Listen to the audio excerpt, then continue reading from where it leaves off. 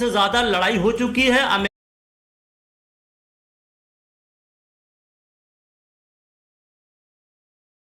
कोशिश करेंगे।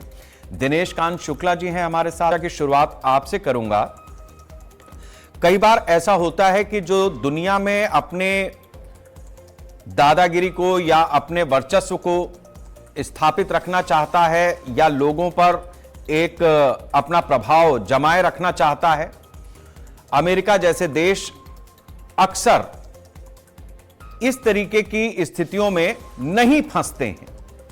लेकिन इस बार ऐसा लग रहा है कि अमेरिका ने गलत बयाना ले लिया, और सिर्फ बयाना गलत लिया ऐसा नहीं है, यह उसके लिए फायदे का सौदा होता जा रहा है, बाकी दुनिया के लिए नुकसान का सौदा होता जा रहा है। और ईरान, जिसने एक दौर में एक सभ्यता को नष्ट होते हुए देखा था, आज वो दोबारा उसी दौर से गुजर रहा है, क्योंकि जब तक ये युद्ध खत्म होगा तब तक शायद ईरान में कुछ बचेगा ही नहीं। देखिए, मैं इस बात से एग्री नहीं करता हूं कि ईरान में कुछ बचेगा नहीं। ईरान एक शक्ति के रूप में उभर चुका है, इस बात को मानना बहुत ही जरूरी हो गया है, क्योंकि अमेरिका जो है दो चीजों को नहीं समझ पाया। नंबर एक ये है कि अब तक वो हमेशा जो है अपनी ताकत के बल पर ही सारी फॉरेन पॉलिसी चलाता रहा, चाहे जहां भी रहा हो। 1947 के बाद से ये ताकत के बेस पे ही, गन बोट डिप्लोमेसी के बेस पे ही चलता रहा। पहली तो ये गलती किया इसने। दूसरी गलती उसने ये किया कि बदलते हुए जो ग्लोबल ऑर्डर है, मल्टीपोलर वर्ल्ड है, नई शक्तियां उभर के आई हैं, चाइना रशिया का जो अलायंस है, इंडिया जैसी इमर्जिंग इकोनॉमीज है, इसको वो समझ नहीं पाया था। और वो ईरान अपनी लड़ाई नहीं, इजराइल की लड़ाई लड़ने यहां पे चला आया, जो कि कम आका था, और 20वीं सेंचुरी की अपनी मिलिट्री पावर को लेकर 21st सेंचुरी की वारफेयर और मिलिट्री प्लेटफॉर्म से लड़ गया। तो यहां पे आप जब देखिए कि ईरान जिस तरीके से ड्रोन मिसाइल्स का यूज करके ना सिर्फ अमेरिका को डिस्ट्रॉय किया, उनके बेसिस को 18 बेसिस को डिस्ट्रॉय किया गल्फ कंट्रीज में, बल्कि डायरेक्टली जो है इजराइल में भी जाके उनके आयरन डोम और सबको तहस नहस कर दिया। जिस तरीके की तबाही आई थी शायद इजराइल भी नहीं सोच सकता था।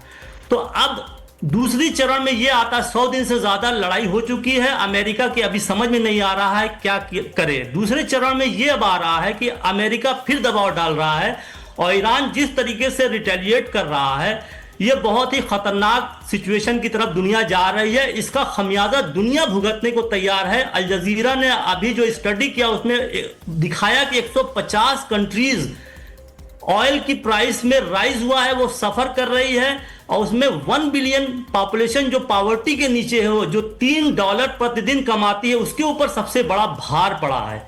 अगर हम अपनी कंट्री को लेके देखें तो 80 से 90% ऑयल और 60% से ऊपर जो है वो गैस खरीदती है, और 90% इसी रीजन से आता है और 60% भी इसी रीजन से आता है। तो प्राइस जो है एस्केलेट करती जा रही है, और लगातार हम देख रहे हैं हर हफ्ते 2-3 बार हम करना पड़ेगा।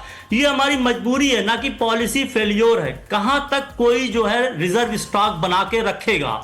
अमेरिका का भी 100 मिलियन बैरल जो रिजर्व स्टॉक है वो भी खत्म होने के कगार पे, क्योंकि वो ऑयल निकाल के प्राइस को स्टेबलाइज कर रहा है। चाइना के सामने भी क्राइसिस आ रही है। तो मुझे ये नहीं लगता है कि ईरान बहुत बड़ा लूजर है, बल्कि ईरान ने जिस तरीके से लेबनान वार को अपनी वार बना लिया, उस तरीके से अटैक किया, इससे लग रहा है कि लड़ाई जो मेरा अपना अंदाजा है 12 से 18 महीना चलेगी लड़ाई ये, और उसमें इजराइल का बहुत बड़ा नुकसान होगा। अमेरिका को यहां से वियतनाम वार की तरह वापस जाना पड़ेगा। जितनी जल्दी ट्रंप समझ ले ये बेहतर होगा। सारी दुनिया इसका खमियाजा पे कर रही है।